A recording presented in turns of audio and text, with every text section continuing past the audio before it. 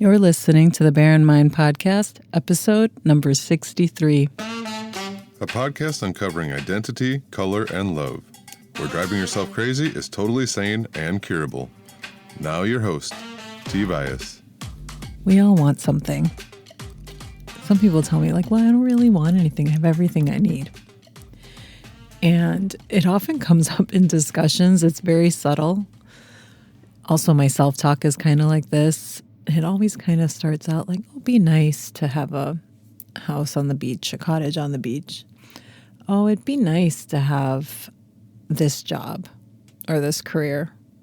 Or it'd be nice to be 10 pounds, 10 kilos, 5 kilos less. That's usually how it goes about when we're kind of thinking about what we want. It's it'd be nice. And also, if you find yourself kind of daydreaming or fantasizing about something, sometimes those tell you what you really want. And I found that to be true. I used to daydream quite a bit and not get any work done. But actually, those daydreams would tell me about the things that I wanted. And so today I'm going to talk about the 3 mistakes we make in getting what we want. And that's also known as goal setting. And in episode 51, I talk about why we should have goals, or why I suggest that you can benefit you to have goals. And if you're wondering why, I highly recommend that you check out episode 51. So the first mistake is actually that we don't have a goal. So we have something that we want, and sometimes we're not even aware of what we want, but there is something out there that we want. It could be even just a better relationship with our best friend or a better relationship with our partner. And it comes up in, like I said in the beginning, very subtle ways. And making that and turning that into a goal is the biggest mistake that we make. Because if someone says, well, I want a nice house. If you were to ask each person as you're walking down the street and say, hey, what does a nice house mean to you?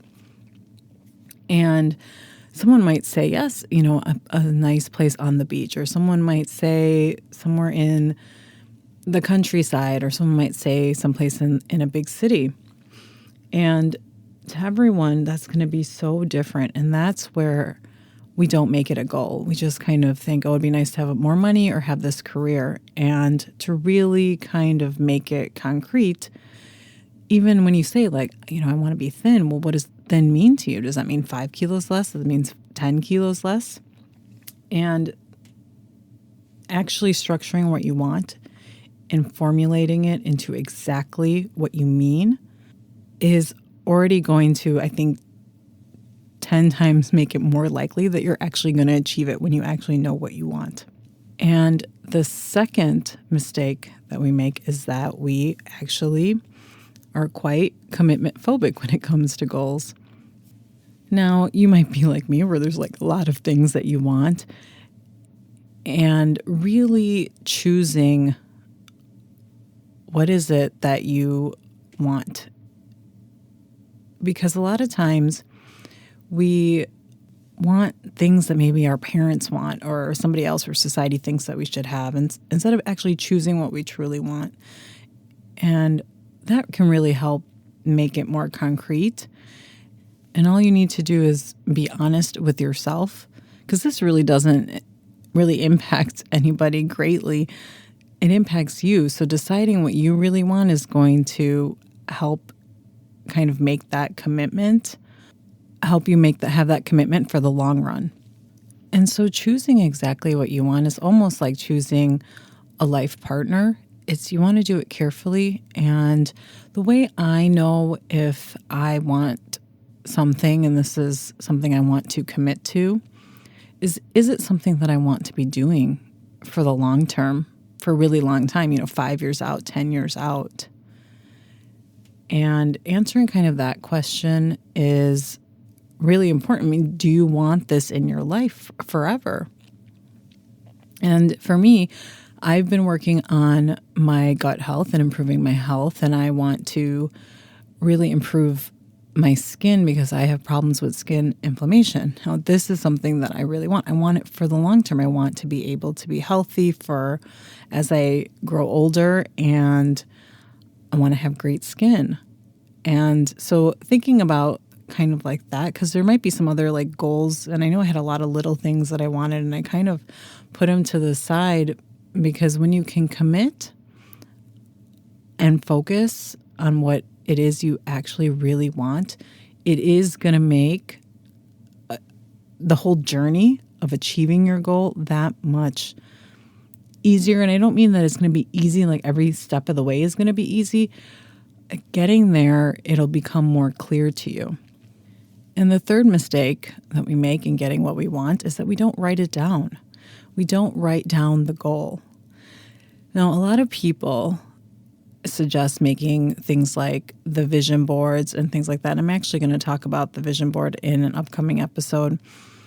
And if you're into that, great, and you do that every year or however often, just know that it doesn't need to actually be that way. It needs to just be written down somewhere and bring it outside of your head, because it isn't a goal unless it's outside of your head. It needs to be in front of your eyes and in a place that you can access it daily. And so where I have put it, and I'm not into the vision board because then the task, I probably wouldn't even complete it, actually. So I have my diary every morning, has my appointments and things like that. And there's this kind of blank page in the front of it. And for this year, I wrote down just a simple sentence about what it is exactly that I wanted and the date that I wanted to achieve it by. And if you think about it, companies write down their goals. Yes, they write it down to communicate it to their employees, but they write it down. And your personal goals deserve that much attention to write it down. And again, it just needs to be one sentence of the result, the outcome that you want to achieve, and the date in which you want to achieve it by. And what's kind of funny, the three things that I just talked about, is that most people don't do it. In fact, almost nobody does it, except for the people that actually achieve their goals. And I've read certain things on how to achieve your goals and the tips and tricks and goal setting and things like that. I've read stuff and I've listened to stuff about it, and they kind of all kind of say the same things. And we don't actually then do it. And that includes me. So for a long time, I actually kind of knew what I wanted, but I didn't actually take any of these steps. And when I started to do this, it was about maybe 2 years ago or something like that, I can tell you right now, I wouldn't have completed the podcast for a year without having written down a goal and trying to get it done. And I wouldn't have completed strength training for a year without writing it down and getting it done. It would have stopped. I would have stopped at my exercise. I would have stopped on the journey with my health, and I would have stopped with podcasting at some point. And I did these things, and I wrote it down, and I looked at it. I wouldn't say every day. I mean, probably maybe like every other day, at least at the bare minimum once a week. I would look at my goal and I would read it.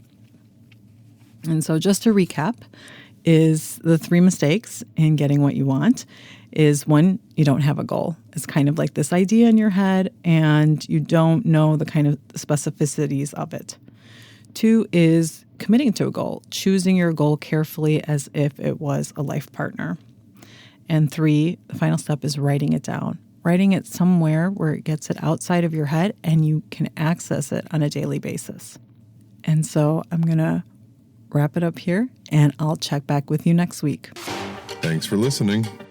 Listen for a new episode next Tuesday by subscribing on your favorite podcast platform. Bye for now.